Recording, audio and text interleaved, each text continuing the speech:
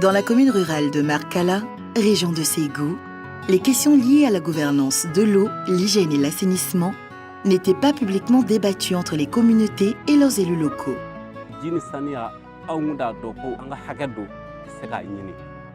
L'eau, l'hygiène et l'assainissement ne figuraient pas parmi les questions les plus prioritaires des autorités communales. Il y a encore des villages de Markala qui n'ont pas de point d'eau potable. Mais aussi, il y a lieu de rationaliser ce dont nous disposons. Le taux de couverture en eau potable dans la région de Ségou est de l'ordre de 61%. Le taux de panne des ouvrages hydrauliques au niveau de la région est de 22%. En zone urbaine, le coût de l'eau, c'est 100 francs le mètre cube. Et en zone rurale, on va jusqu'à 500 francs. Donc ce n'est pas juste. Fembe jidi, ouah, ni jite saniate. Otuma ojiko degube ankala amuso jiti sorwati be madola ambe demsanu wuli kabni sokoma juna ukata ka shota kata aramene ka jinyini l'école taler biteme otojitala.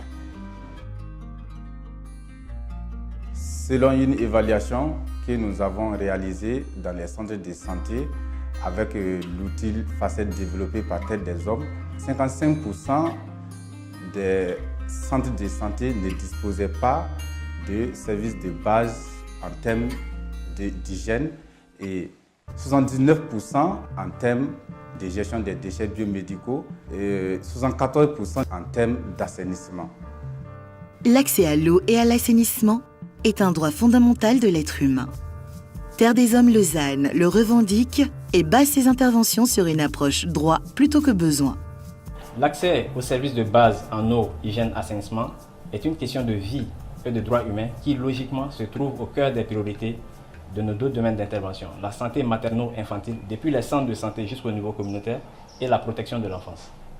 Au Mali, Terre des Hommes Lausanne et Caritas, membres du consortium suisse pour l'eau et l'assainissement, ont initié en partenariat avec Accor et des organisations de la société civile des actions de plaidoyer pour promouvoir le droit d'accès à l'eau. Notre intervention n'a pas d'impact sans une meilleure gouvernance du secteur et à toutes les échelles. Nous partons du principe que la gouvernance locale ne peut être transparente, efficace et durable sans que les politiques sectorielles s'y prêtent, d'où notre positionnement dans le plaidoyer au niveau national et local. C'est ainsi que dans les zones d'intervention du consortium à Markala et Kita, des espaces communaux citoyens d'interpellation démocratique, appelés ECID, ont été organisés en novembre 2017. À Markala, le CID a mobilisé 31 villages sur les 33 de la commune, des leaders et associations communautaires, les services techniques de l'État et des ONG. L'espace communal d'interpellation démocratique est un cadre d'échange entre les acteurs au niveau local surtout, et qui permet de renforcer le dialogue dans le cadre de la bonne gouvernance, la transparence et la prise en compte de l'eau, l'hygiène et l'assainissement dans les programmes sectoriels de développement économique au niveau des communes. Les sites, c'était une première. Même au-delà des aspects liés à l'eau, l'hygiène et l'assainissement, je ne pense pas qu'il y ait eu un espace d'interpellation à Markala. C'est une expérience qui nous a beaucoup apporté, aussi bien nos autorités que les populations. Il s'est déroulé en différentes étapes. L'espace communal d'interpellation démocratique se résume en 4 grandes étapes. La première étape concerne l'élaboration des thèmes de référence et la mise en place d'un comité de pilotage pour la conduite de toute l'activité. La deuxième étape concerne la préparation de l'espace communal d'interpellation démocratique. Il s'agit entre autres de la tenue des cadres de concertation au niveau des villages pour le recueil d'informations et des préoccupations. Et bien avant, il y a aussi la session des conseils communaux qui permet de délibérer sur l'initiative et d'adhérer à l'initiative. Donc la troisième étape concerne surtout les exposés sur la synthèse des préoccupations qui ont été recueillies au niveau des villages et aussi la synthèse des normes nationales par rapport à la réalisation des infrastructures WASH. Ensuite, il y a le recueil des engagements des élus Et ensuite, il y a la formulation des différentes recommandations. Et bien entendu, tout cela est diffusé en direct sur les radios locales. Et la quatrième étape concerne surtout le suivi des recommandations des EID. Et le comité de pilotage mis en place élabore un plan de suivi des recommandations. Ensuite, ils font la restitution au niveau des villages. Grâce à cet espace de redevabilité, la mairie de la commune de Makala a intégré diverses priorités des communautés dans son nouveau plan de développement social, économique et culturel 2017-2021. Par rapport aux recommandations de l'ESID, il y a 73% des recommandations qui ont été prises en compte dans notre PDC actuel. Les ATPC, assainissement total par les populations, pris en compte dans notre PDC. Le CID a favorisé d'autres changements importants au sein des communautés.